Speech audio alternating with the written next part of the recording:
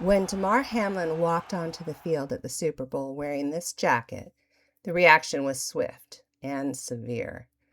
Blasphemy, mocking Christ, sacrilege. But what if the problem wasn't the image, but the conclusions people rushed to? Because this jacket didn't appear out of nowhere, its imagery has a history, one shaped by faith, survival, art, and remix culture. And before we decide what this jacket means, we need to understand where the image came from and how it moved. This jacket didn't begin as irony. The image began as a personal expression of faith, formed in response to survival. In 1996, the notorious B.I.G. survived a catastrophic car crash. He spent months in recovery, and afterward he made his faith visible. Biggie commissioned what came to be known as the Jesus piece, a custom diamond-encrusted pendant depicting the face of Christ. He wore two, one for the past and one for the future. Biggie introduced a new visual symbol where devotion and excess, gratitude and visibility existed in the same image. This wasn't branding, it was testimony. And that story deserves its own space. The Jesus piece didn't end with Biggie. In 1994, a teenage Kanye West was introduced on stage in Chicago by the notorious B.I.G. and Tupac Shakur as a local rapper. But visibility did not follow ability. Kanye didn't look like what a rapper was supposed to look like in the 1990s. At a moment when authenticity was tightly bound with street credibility, Kanye favored a preppy visual language. Ralph Lauren, Lacoste polos with popped collars, and Argyle sweaters. Kanye's middle-class upbringing, raised by a college professor, shaped his taste and initially worked against him. Even Jay-Z, who recognized Kanye's talent, was hesitant to sign him as a performer. Kanye was welcomed into the studio, but not onto the stage. So he produced and stayed behind the glass. Then, in 2004, Kanye broke through.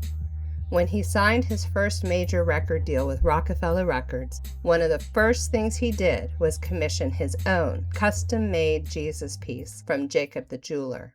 Like Biggie's, it retained the diamond-encrusted crown of thorns, but the face was intensified. Enamel skin, yellow and light brown diamonds for hair, aquamarines for eyes, and small rubies marking tears of blood down one cheek.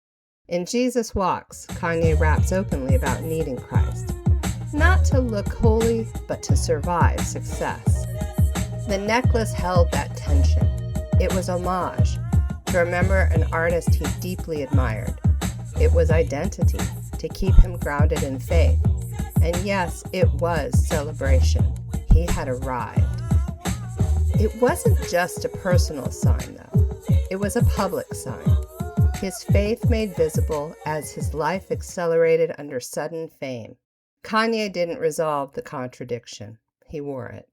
Kanye was drawn to Louis Vuitton long before it was a trend in hip-hop. And in 2003, when Marc Jacobs invited Takashi Murakami to remake the LV monogram, they broke the rules of luxury, revitalized the brand, and created a 2000s fashion icon. When Kanye began work on the 2007 graduation album, he asked Takashi Murakami to shape the album's entire visual world as art director. Kanye visited Murakami's studio in Japan, and Murakami was interested in his Jesus piece. Kanye sketched a new version of the pendant by hand and asked one question: what should I do about the eyes? Murakami took the drawing and added them. He didn't keep the reworked Jesus piece separate from the album. He embedded it directly into Graduation's visual world as a focal point. Kanye's dropout bear, now wearing the reworked Jesus piece around its neck. Later, Kanye commissioned jeweler Lester Lampert to create a pendant based on the new drawing. But by then, the image was no longer tied to a single body. It was transferable, moving from a person to a character, from private faith to cultural icon. Murakami also carried the image into his fine art practice, placing it inside galleries and museums as contemporary art. Later, Murakami collaborated with Travis Scott, a rapper directly out of Kanye's orbit, and the Jesus piece appeared again, now called the Melted Utopia Dream. But the face is distorted, multiple eyes and exaggerated features. Here, the Jesus piece is no longer devotional and moving further from a traditional depiction of Jesus. It functions as a hip-hop icon, a legacy image marked by inheritance and luxury. Only after that does the image move fully into clothing. In 2020, Murakami collaborated with St. Michael. That collaboration produced the Eternal Saint jacket, a unisex bomber varsity jacket embroidered and appliqued. St. Michael's garments are intentionally aged, distressed, painted, frayed, and altered by hand. Even when the garment is new, the clothes arrive already marked by time. Murakami's work makes clear that meaning doesn't disappear as images move. Postmodern art doesn't say all meanings are equal. It shows how context becomes unstable once images begin to travel. Boundaries that once kept music, fashion, and fine art apart begin to collapse. Images migrate freely between them. High art becomes merchandise. Sacred imagery becomes a pop icon. Serious symbols appear playful, even unsettling. Images no longer speak with one voice. They reflect the viewer as much as the maker. And when the image becomes clothing, its meaning shifts again, because the wearer chooses the context in which the image appears. In that sense, the wearer becomes part of the remix, another author in the image's life.